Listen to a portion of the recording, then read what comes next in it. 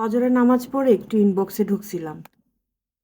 কয়েকটা আপু আর ভাইয়া, মানে কি বলবো, আপুটা রীতিমতো কান্না করতেছে। মানে উনি এত আঘাত পাইছে, মানে এই জুলাই সনদ বাতিল এটা উনি আসলে মাইনেই নিতে পারতেছে না।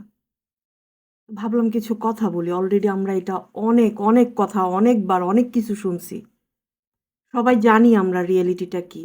হ্যাঁ, তো জুলাই সনদ অস্বীকার করা মানে সবকিছুই অবৈধ। সেখানে নির্বাচনও অবৈধ, হা না ভোটও অবৈধ, ডক্টর ইউনূস সরকারও অবৈধ, সবকিছুই অবৈধ। তো এই লজিকটা আমরা সবাই বুঝতেছি, এখানে না বোঝার কিচ্ছু নাই। আরও একটা বিষয় আছে, সংবিধানে কি বলা হয়েছে?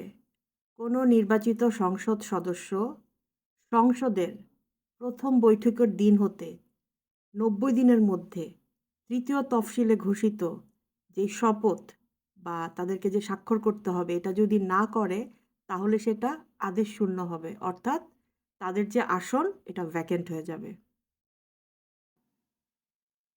কারণ শুধুমাত্র হা না ভোট এটা না, জাতীয় নির্বাচনও কিন্তু জুলাই সনদের উপর ভিত্তি করেই হয়েছে। তো জুলাই সনদ অস্বীকার করা মানে সব কিছু অস্বীকার করা, জুলাই সনদ অবৈধ মানে সব কিছু অবৈধ।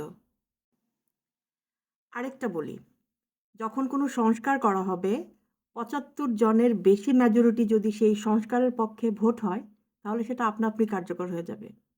এখন বিএনপি যতই বেইমানি করুক আর গাদ্দারি করে, মানে যেই কারণে তারা নির্বাচনটা করতে পারলো, অর্থাৎ মা বাবাকে অস্বীকার করার মতো যে ব্যাপারটা, জানেন তো কারা মা বাপকে অস্বীকার করে, কোনো লাভ নাই, করুক। ওরা যদি এই জুলাই সনদে স্বাক্ষর না করে, করুক। এটা অটোমেটিক অলরেডি কার্যকর হয়ে গেছে এবং এটা অটোমেটিক চলতে থাকবে। উল্টা তাদের আসনগুলো ভ্যাকেন্ট হয়ে যাবে।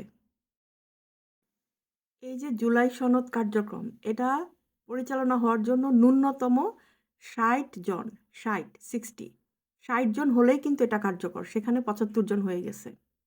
তো বিএনপি এটা মানুক, ওদের ইচ্ছা, না মানুক এটাও ওদের ইচ্ছা, তবে একটা শয়তানি এখানে করবে আমার মনে হয়। হয়তো উচ্চ আদালতে যাবে, ঘুরায় ফিরায় নাটক করে কোনো একটা রিট বা প্রশ্ন আনবে। জাউরারা যারা যা করে আর কি, আসলে মাত্র নামাজ পড়ে উঠছি, মুখ খারাপ করতে চাইতেছি না, ভদ্রভাবে কথা বলতেছি। তো ভিডিওটা আমি তাদের জন্য বানাইলাম, আপু ভাইয়ারা এত ভাঙা পড়েন না, একটু আল্লাহর উপর ধৈর্য রাখেন। অবশ্যই উনি উত্তম পরিকল্পনাকারী এবং অবশ্যই ভালো কিছু হবে। একটু ধৈর্য ধরেন আর দেখেন কি হয়।